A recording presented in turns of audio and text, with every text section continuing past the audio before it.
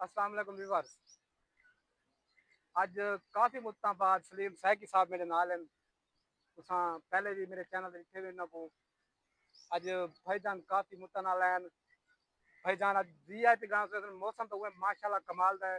थोड़ी देर बाद कैमरामैन क्यों तब चेक कर रहे थे आरू बार का मौसम। सलीम सैकी साहब हैं, अस्सलाम वालेकुम सर। वालेकुम सलाम। क्या हाल है भाई? बड़े अल्हम्दुलिल्लाह मुद्दों ठीक है। बाद टाइम दिते सब बड़े अरसे बाद दिते हुए।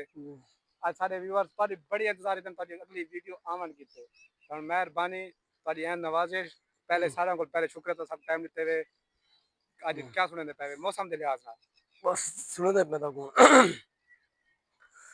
पिंगा अड्डियां पिपल दे नाल वे आ ढोला झूठे खवा वे रुसन दे छोड़ ख्याल वे आ ढोला झूठे खवा हाय वे आ ढोला झूठे खवा जी सलीम भाई।